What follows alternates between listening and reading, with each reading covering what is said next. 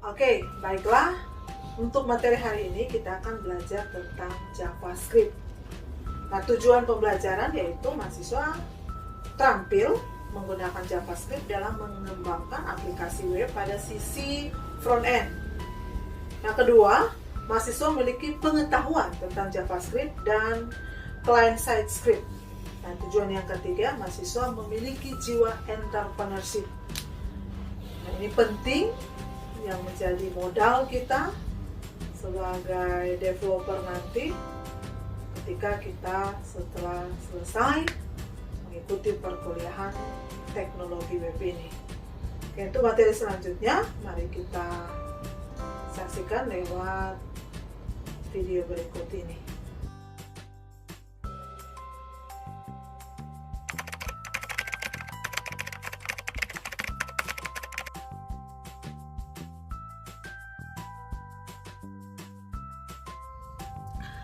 Client-side JavaScript merupakan bentuk yang sangat sering kita temui dari sebuah JavaScript. Sebuah kode JavaScript dapat dimasukkan ke dalam sebuah dokumen web HTML untuk kemudian akan dijalankan oleh web browser.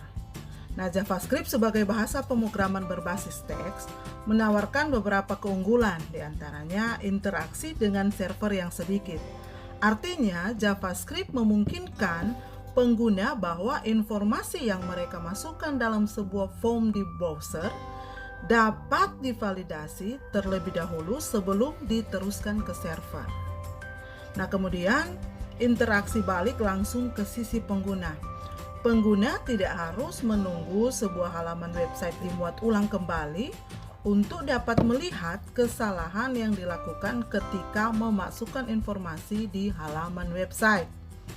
Kemudian interaksi yang lebih intens, artinya pengembang website dapat membuat tampilan halaman website yang mampu berinteraksi ketika pengguna menunjuk suatu objek di halaman website dengan mouse atau tombol di keyboard. Kemudian tampilan JavaScript yang lebih menarik, pengembang dapat menggunakan JavaScript untuk menyertakan fitur-fitur tertentu seperti drag and drop dan slide agar tampilan website menjadi lebih kaya dan menarik. Jadi itu terkait dengan JavaScript.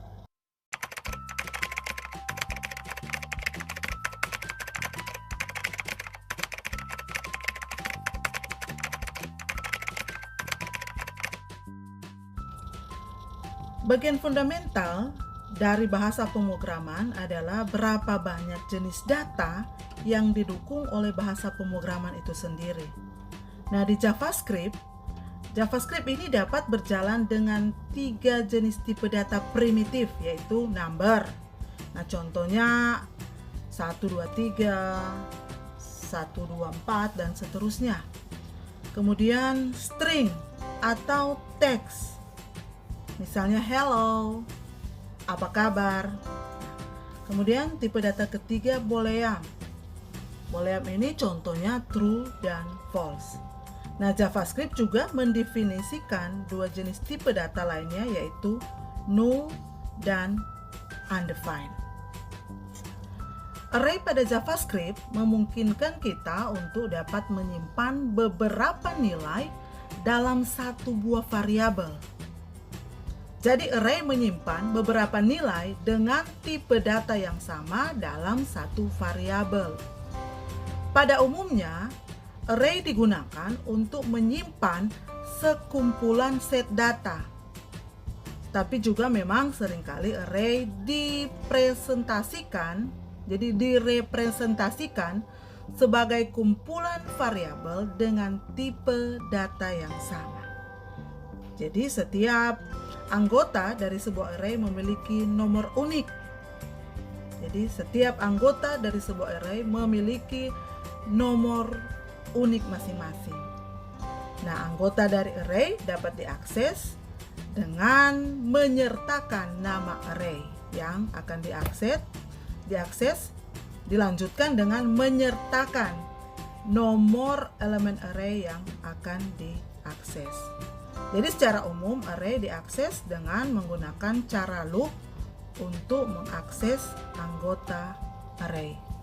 Di JavaScript juga kita mengenal istilah perulangan. Jadi perulangan pada JavaScript. Nah, JavaScript mendukung beberapa bentuk perulangan seperti while, do while, for loop, dan for in. Nah, seperti tipe dari loop tersebut, nah masing-masing kelebihan dalam kondisi tertentu. Sebagai contoh misalnya perulangan for itu menyajikan kegunaan dalam kapan, ya, menentukan kapan sebuah perulangan harus dimulai dan diakhiri.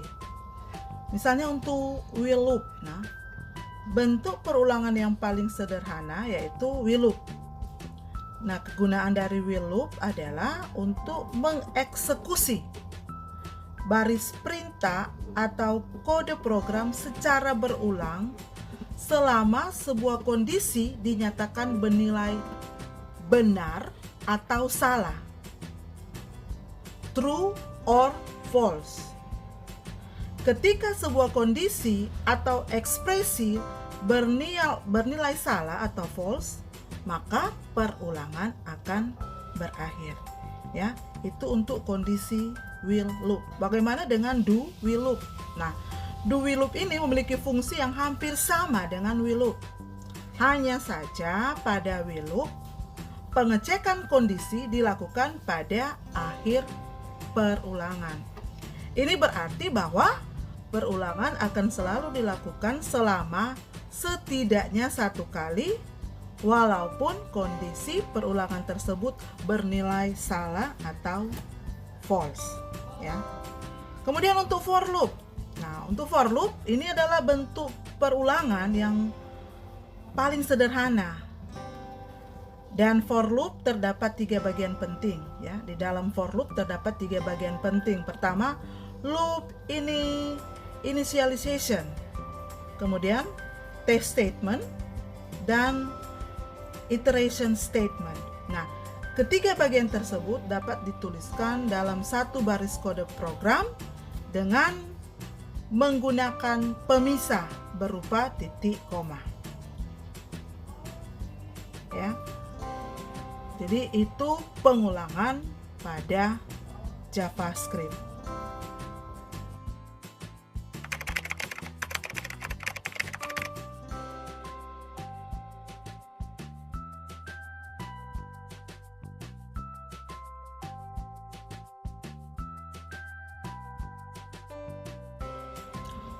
Kemudian fungsi pada JavaScript.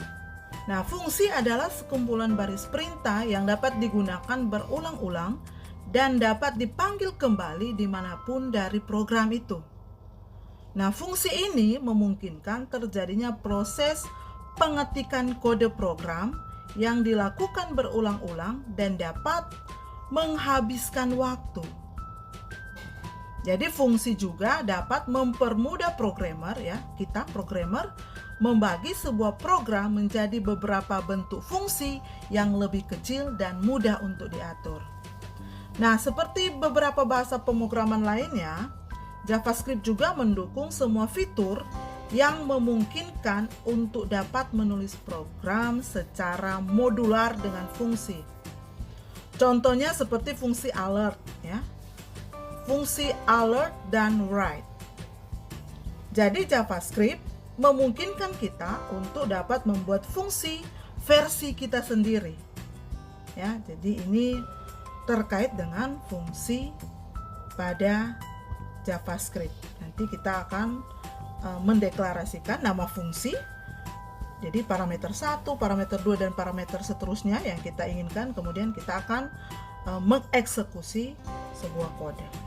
Jadi itu terkait dengan fungsi pada JavaScript.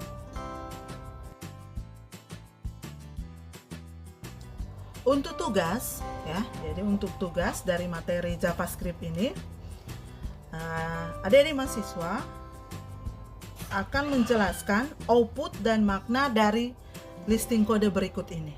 Jadi silakan adik-adik mahasiswa menjelaskan luaran yang dihasilkan dengan listing kode ini. Berikut diberi penjelasan, ya, diberi penjelasan dari setiap baris kode yang ada di tugas ini. Oke, jadi tugas ini akan dikumpulkan lewat e-learning polimdo.ac.id. Oke, silakan mengerjakan tugas. Adik-adik boleh mencari referensi dari berbagai sumber untuk lebih memahami secara mendalam terkait dengan materi JavaScript ini. Oke, dan saya ucapkan terima kasih buat adik-adik mahasiswa yang boleh menyaksikan pembelajaran kita lewat video ini. Semoga bermanfaat dan kita boleh menerapkan apa yang sudah kita peroleh. Jadi menerapkan JavaScript ini dalam mengembangkan sebuah halaman website.